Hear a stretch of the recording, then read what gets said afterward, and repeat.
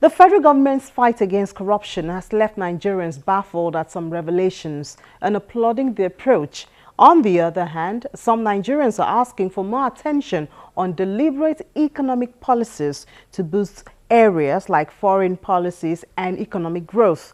This episode of Channels Beam asks the question, can tackling corruption result to economic growth and recovery?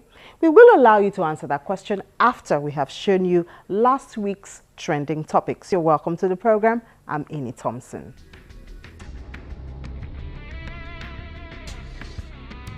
The People's Democratic Party's choice of Ali Modu Sharif as the party's chairman generated a lot of conversation on social media because of his alleged links with Boko Haram.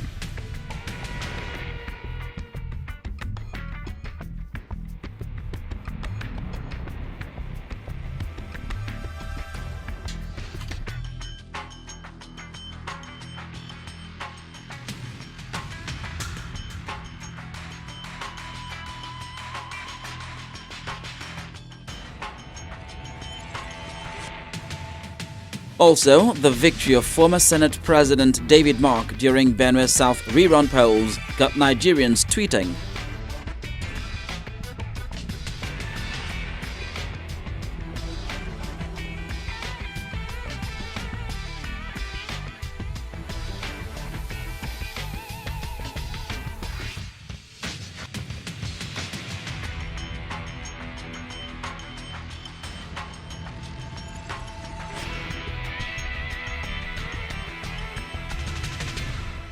And now let's find out what you have to say on the topic, tackling corruption versus the Nigerian economy.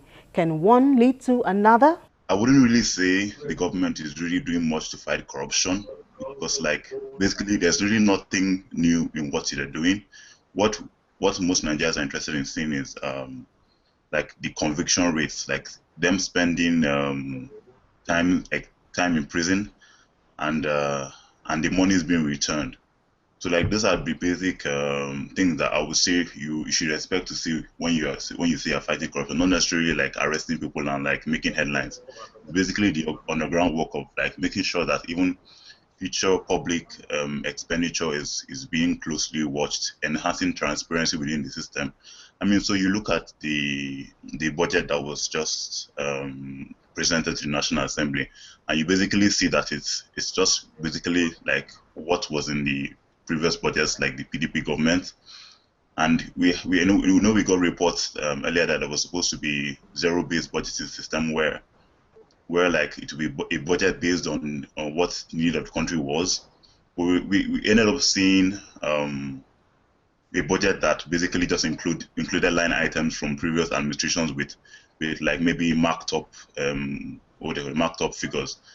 And you now wonder, when you have such amounts of frivolous spending being allocated to things that you don't really know what exactly the money is for, you now wonder the overall fight against corruption. Is it really is it something that is institutionalized, or is it just the president or maybe a particular party attacking members of the other party? I understand the angle Izuna is coming from. There are better ways to do things, but we have to start from somewhere. So I think the first thing we should do is appreciate the little they are doing.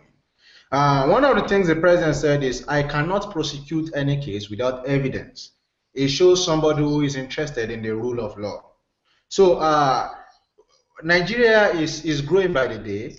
So let us go through our process, but we must appreciate what they've started. Never in the history of Nigeria have we had high-profile cases as this. You may call it media prosecution. Yes, that's because that's the first time that people are really curious and people are really being fed with information. So I think we should appreciate what they are doing. They are heading in the right direction, and they will even get it more. They will get it better and get it at a very fast speed with time. I know very well that the former finance minister introduced this single treasury account issue.